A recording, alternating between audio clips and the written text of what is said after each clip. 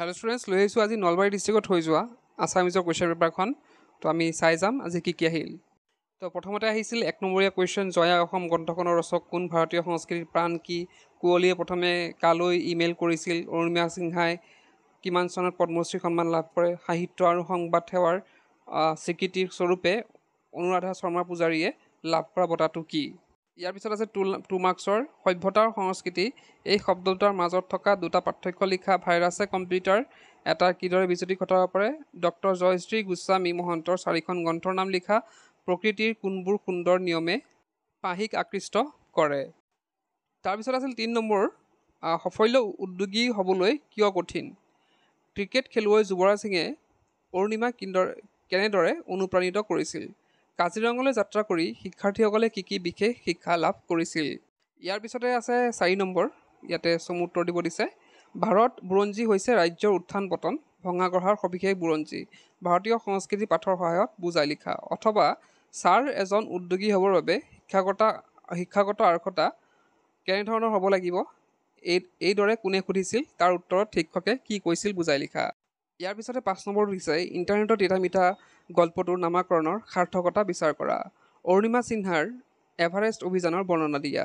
6 number দিছে অতি চমু উত্তৰ লিখা।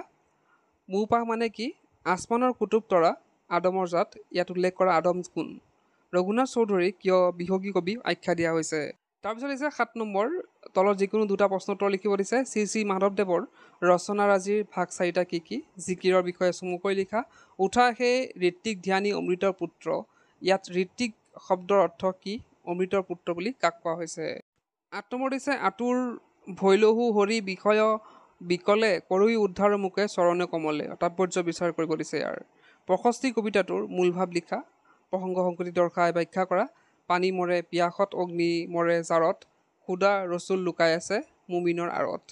11 নম্বৰ ক দিছে, তলৰ যিকোনো এটা বিয়া বাক্য সহ সমাসৰ নাম লিখা। মাটি কঁঠাল, শতাব্দী, গৃহস্থ। ইয়াৰ পিছতে খ নম্বৰ দিছে তলৰ যিকোনো এটা সন্ধি ভঙা। কুতুক্তি, হিতাৰ্থ, ভাবুক। গ নম্বৰ দিছে তলত দিয়া বাক্যটি সৰল বাক্যলৈ নিব দিছে। যিজন সৎ তেওঁক ঈশ্বৰে দয়া কৰে। ঘ নম্বৰ দিছে তলত দিয়া যিকোনো শব্দৰ ন বা মূৰ্ধন্য ষ হোৱাৰ কাৰণ লিখিব দিছে। বিষাদ, কৃপণ, অনুষ্ঠান। ঙ নম্বৰ দিছে যথাস্থানত যতিচিহ্ন বহুৱা। প্ৰণৱে ক'লে আজি স্কুল খোলা আছেনে। প্ৰথম 6 নম্বৰ দিছে তলৰ যিকোনো দুটাৰ অৰ্থ প্ৰকাশ হোৱাকৈ বাক্য ৰচনা কৰিব দিছে। 19ত বা বলা, অজিন পতকী, নদী ক। তলৰ যিকোনো এটা শব্দৰ বিপৰীতাৰ্থ শব্দ লিখিব দিছে। আবিৰ্ভাৱ, সদাচাৰ, কৃতজ্ঞ। ঝ নম্বৰ দিছে তলৰ এটা শব্দত প্ৰকাশ কৰিব দিছে। ঘৰতে থাকি কৰিব পৰা উদ্যোগ, পানীয়া গাখীৰ দিয়া গাই গৰু, একে মাতৃৰ গৰ্ভত জন্মা যাৰ। ঞ নম্বৰ দিছে তলত যিকোনো এটা শব্দৰ প্ৰত্যয় ভাঙি দেখুৱাব দিছে। ক্ষীৰতী, কহাৰ, গঞা। 12 নম্বৰ দিছে তলৰ যিকোনো এটা প্ৰশ্ন উত্তৰ লিখিব দিছে। ভাৱ সম্প্ৰসাৰণ কৰিব দিছে। 100 গৰু মাৰিলে বাঘৰো মৰণ। তোমাৰ বিদ্যালয়ৰ প্ৰধানলৈ তুমি বিদ্যালয়ৰ 4 দিন অনুপস্থিত থকাৰ কাৰণ দৰ্শাই ছুটি মঞ্জুৰিৰ বাবে এখন আবেদন লিখা। ঘ নম্বৰ দিছে তুমি বাস কৰা অঞ্চলটোৰ খোৱা পানীৰ সমস্যাৰ বিষয়ে বাতৰি কাকতৰ বাবে এটি চমু প্ৰতিবেদন প্ৰস্তুত কৰা। ইয়াৰ পিছতে আমি যদি 13 নম্বৰ চাওঁ, আমাৰ ৰচনা আহিছিল তোমাৰ প্ৰিয় সাহিত্যিক অসমৰ বানপানী, পুথিভঁৰাল। 14 নম্বৰ দিছে বৈচিত্ৰময় অসম নামৰ দুটা পাঠত সন্নিৱিষ্ট অসমৰ যিকোনো দুটা জনগোষ্ঠীৰ বিশেষভাৱে বৰঙণি যোগোৱা একোজনকৈ ব্যক্তিৰ বিষয়ে চমুকৈ লিখা। 15 নম্বৰ দিছে তোমাৰ দুটা পাঠত সন্নিৱিষ্ট অসমৰ যিকোনো দুটা জনগোষ্ঠীৰ উৎসৱ পাৰ্বণ সম্পৰ্কে চমুকৈ লিখা। ইয়াৰ পিছতে 16 নম্বৰ দিছে তলত যিকোনো 3টা প্ৰশ্নৰ উত্তৰ চমুকৈ লিখিব দিছে। অম্বিকাগিৰি ৰায়চৌধুৰীয়ে কিমান চনত অসমৰ সাহিত্য সভাৰ মাৰ্গেৰিটা অধিৱেশনত সভাপতি হৈছিল। শতামপুৰুষীয়া সোণৰ চোতাল ঘৰ কিহেৰে পোত খাই আছে বুলি কবিয়ে কৈছে। পৰম পুৰুষাৰ্থ বুলি কাক কোৱা হয়। নালন্দা বিশ্ববিদ্যালয়ৰ পুথিভঁৰালটোৰ নাম কি আছিল। ইয়াৰ পিছতে আছে 17 নম্বৰ, চমু উত্তৰ দিব দিছে যিকোনো 3টাৰ। নহ'লে যে বিশ্বসভাত নহ'ব তোৰ বহাৰ ঠাই।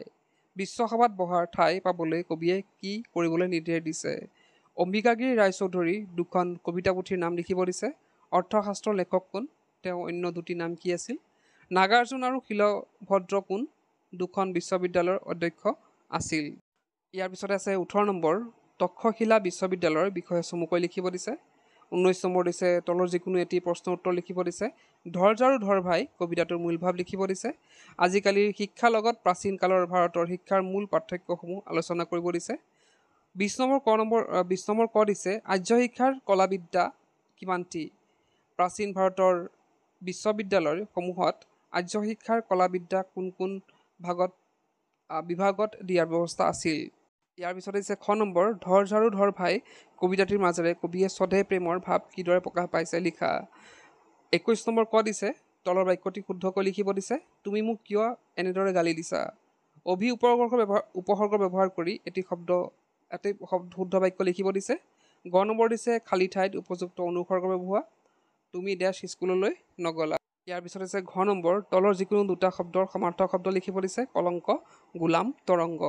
ইয়াৰ পিছতে দুটা শব্দৰ আধুনিক ৰূপ লিখিব দিছে। মুখ্য, চতুষ্পাঠী, ৰাষ্ট্ৰবিজ্ঞান। তো এইখনেই আছিল নলবাৰী ডিষ্ট্ৰিক্টত হৈ যোৱা আজিৰ অসমীয়া প্ৰশ্ন কাকত।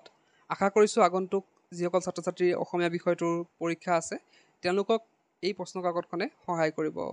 তো আজি ভিডিঅ'টো ইয়াতে শেষ কৰিলোঁ। কিপ ৱাচিং, ইউ কেন লাৰ্ণ।